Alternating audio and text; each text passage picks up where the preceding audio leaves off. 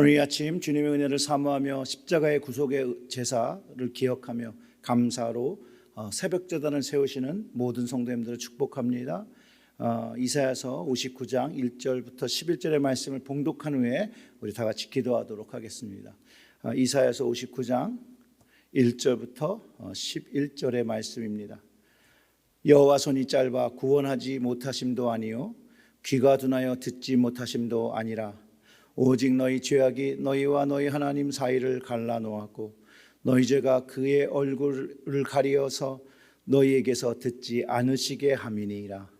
이는 너희 손에 피해 너희 손가락이 죄악에 더러워졌으며 너희 입술은 거짓을 말하며 너희 혀는 악독을 내밀어 공의대로 소송하는 자도 없고 진실하게 판결하는 자도 없으며 허망한 것을 의뢰하며 거짓을 말하며 악행을 잉태하여 죄악을 낳으며 독사의 알을 품으며 거미줄을 짜나니 그 알을 먹는 자는 죽을 것이요 그 알이 밟힌즉 터져서 독사가 나올 것이니라. 그 짠 것으로는 옷을 이룰 수 없을 것이요 그 행위로는 자기를 가릴 수 없을 것이며 그 행위는 죄악의 행위라.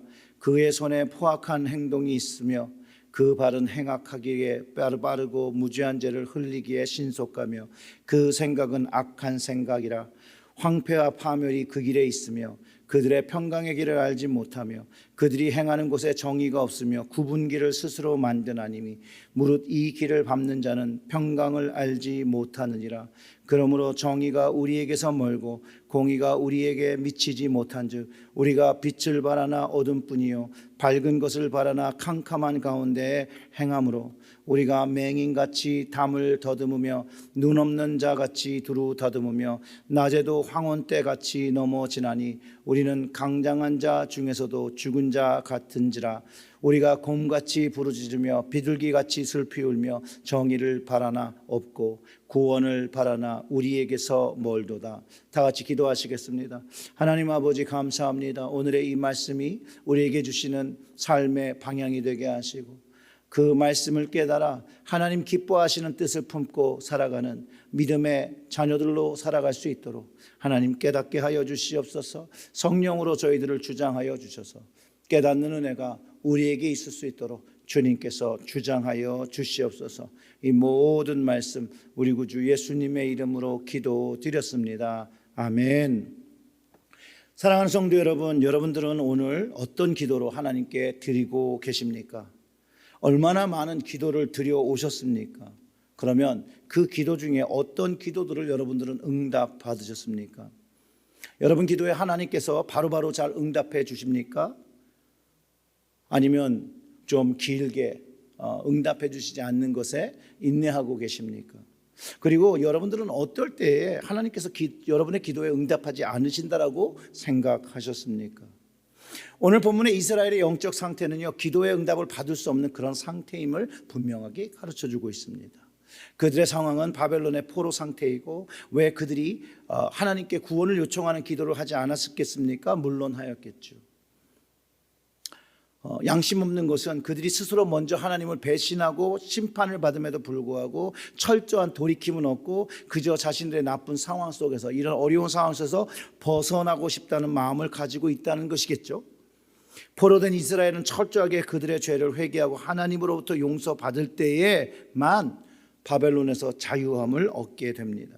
이것은 이미 이사야 선지자를 통해서 여러 번 주셨던 말씀입니다만 아직도 하나님과 그들 사이에 죄가 가로막고 있음을 오늘 본문에서 분명히 그 이유를 가르쳐주고 있습니다. 1절과 2절이 그런 거죠. 여호와의 손이 짧아 구원하지도 못하심도 아니고 귀가 둔하여 듣지 못하심도 아니라 오직 너희 죄악과 너희와 너희 하나님 사이를 갈라놓았고 너희 죄가 그의 죄를 가리어서 너희에게서 듣지 않으시게 함이라.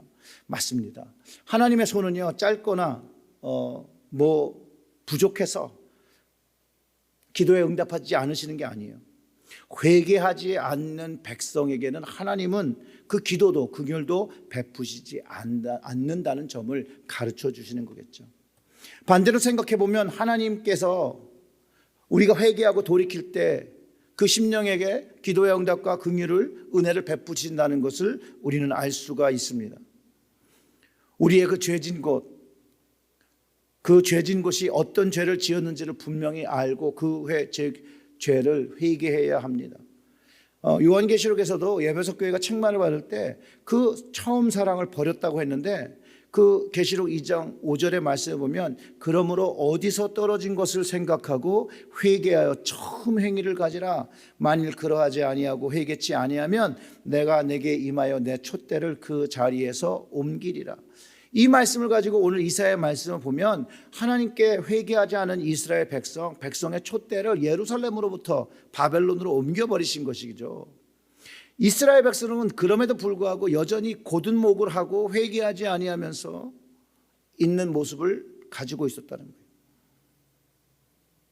하나님으로부터 떨어진 그곳, 이사야 선지가 그렇게 많이 가르쳐주고 그렇게 많이 반복하고 있었는데 회개하지 않았었다는 거죠. 그런데 왜 하나님께서 그들의 기도에 응답해 주시겠냐는 거예요.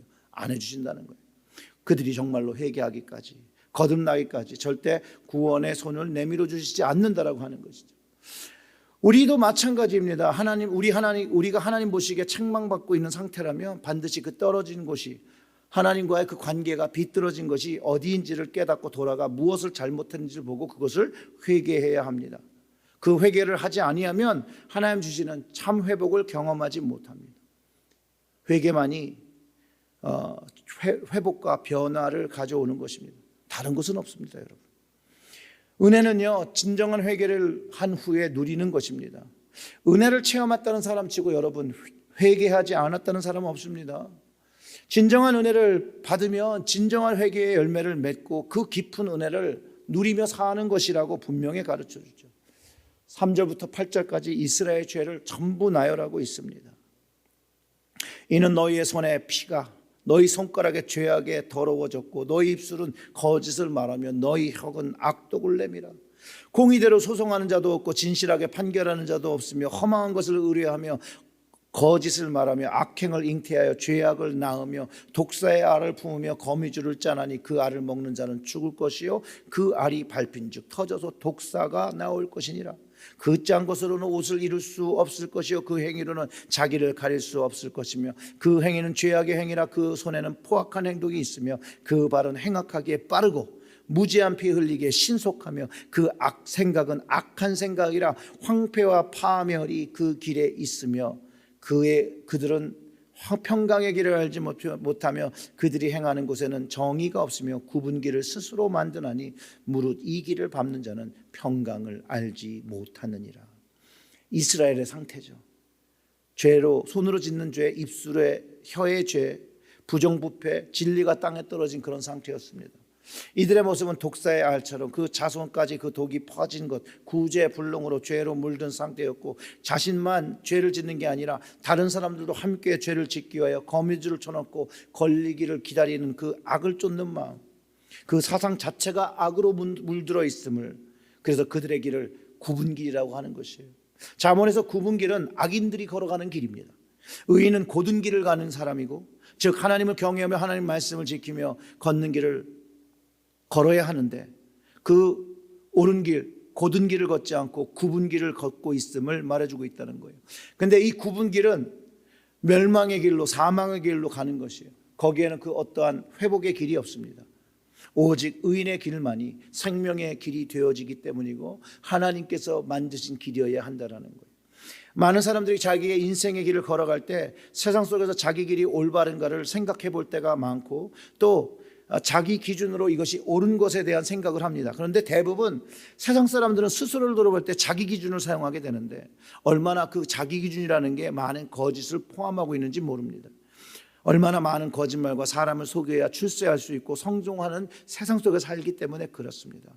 이 세상 속에서는 절대로 선함을 가지면 살아갈 수가 없습니다. 세상 속에서 선함을 행할 수 있다고 말하는 자가 어쩌면 거짓말하는 자임을 깨달아야 합니다. 예수 믿는 사람들, 하나님 믿는 사람들 미련해 보일 수 있습니다. 그런데 그 길을 따라야 합니다. 좁은 길, 협착한 길을 따라야 합니다. 성경의 넓고 편안한 길은 사망의 길인 것을 분명하게 가르쳐 줍니다. 예수님을 만나게 될 때 하나님께서 준비하신 길 하나를 발견하게 됩니다. 그리고 예수님을 만날 때 하나님과 나 사이에 가로막혀 있는 죄의 벽들이 무너지고 해결함을 받습니다. 보통 이것을 십자가를 경험했다, 복음을 경험했다라고 우리는 이야기합니다. 실제로 십자가가 내 인생에서 경험되어지는 것이죠. 주님이 내 과거의 죄와 현재의 죄와 미래의 죄 모든 것을 감당하셔서 십자가 지신 것에 그 가슴 깊이 경험하며 그 사랑의 은혜에 감동한다는 거예요. 이것은 그냥 지식적인 동의가 아닙니다. 내 안에서, 내 인생 속에서, 내 영혼 속에 십자가가 작동하기 시작하는 거예요. 죽은 영을 깨어내고 스스로 우리가 하나님 앞에 어떤 모습인지를 확실하게 인식시켜 줍니다. 그리고 죄를 회개하기 시작하는 것이죠. 사실 죄를 회개하기 위해서는 죄가 있음을 깨닫게 되고 죄의 실체가 무엇인 것을 알고 이 죄의 문제들을 예수 그리스도의 십자가 안에서 해결함을 얻을 때 우리는 하나님의 용서를 경험하게 되는 것이죠. 이 모든 것들이 여러분 성경이 증거하고 있는 것입니다. 죄를 아는 것으로 여러분 충분하지 않습니다. 동의하는 것으로 충분하지 않습니다. 우리 모두가 범죄하는 것이 나쁘다는 걸 압니다. 그리고 범죄를 저지르면 그 죄 값을 치러야 죄로부터 자유로워질 수 있듯이 또 세상의 죄는 여러분 공소시효가 있어서 세월이 지나가면 용서받을 수 있으나 하나님 앞에 지은 죄는요 공소시효가 없습니다. 하나님의 시간은 영원의 시간의 개념을 갖고 있기 때문에 그렇습니다. 오직 십자가를 이해하고 경험할 때 주님이 만져주시는 그것을 경험할 때 우리는 죄악으로부터 철저하게 자유함을 얻게 됩니다. 그리고 변화하기 시작하죠. 거듭남을 경험하고 거룩함을 사모하며 살아가게 됩니다. 하나님의 실제를 인정하고 보기 때문에 가능해지는 거죠. 주님의 실제를 보고 경험할 때 이게 가능해지는 것이에요. 막연하게 믿는 믿음의 영역이 아니라 영적인 체험을 통해서 주님을 만나며 성령의 감동과 역사를 통해서 경험하는 것이기 때문에 실체를 경험하기 때문에 우리는 가능해진다는 거예요. 그리고 용서함을 받은 후에 그 마음과 영에 준 하나님께서 주신 그 정결함을 경험하면서 그 다음에 그 후에 그 정결함이 얼마나 귀하다는 것을 알기 때문에 그것을 지키며 살기를 소원하고 그 거듭남의 열매를 가진 것들을 하나님께 영광으로 드리며 살아가게 됩니다. 물론 넘어집니다. 또 죄를 지으며 살아갑니다. 그러나 예수님께서 함께 계시고 그분의 용서와 십자가가 우리의 수많은 허물을 덮고 있음을 우리는 경험하게 됩니다. 그분의 구원의 능력, 십자가의 능력은 나의 죄악과 더러움보다 더 크고 높고 넓다라는 것을 경험하게 됩니다. 그렇기 때문에 주님만을 의지하며 살면 쓰러져도 일어나고 성장하며 살아가게 되는 것, 십자가의 길을 걸어가는 것입니다. 사랑하는 성도 여러분, 주님과의 영적 교제를 끊임없이 해야 합니다. 우리와 주님 사이에 막힌 것이 없도록 늘 영적인 돌봄이 있어야 되고 회개의 반복이 있어야 됩니다. 그럴 때 주님 안에서 영의 양식과 호흡을 하며 건강하게 살아가게 되는 것입니다. 사랑하는 성도 여러분, 오늘 이 아침도 주님의 영으로 숨쉬고 또 먹고 주님을 위해서 정말로 정결한 모습으로 하나님 앞에 서는 하루가 되시기를 주님의 이름으로 축원합니다. 기도하겠습니다. 하나님 아버지 감사합니다. 오늘도 이 아침에 주신 이 말씀, 우리 안에 많은 죄가 있어도 주님의 십자가가 다 덮어주시고 용서하셨다는 것, 그거를 믿고 선포할 때 우리가 그 모든 죄로부터 자유함을 얻고 은혜를 받으며 살아감을 경험케 하여 주시는 것, 오늘도 경험하게 하여 주시옵소서. 오늘도 주님의 은혜로 살아가게 하여 주시옵소서. 오늘도 주님 없이 살아갈 수 없음을 고백하고 주님만 의지하며 살아가는 오늘의 하루가 되게 하여 주시옵소서. 예수님의 이름으로 기도드렸습니다.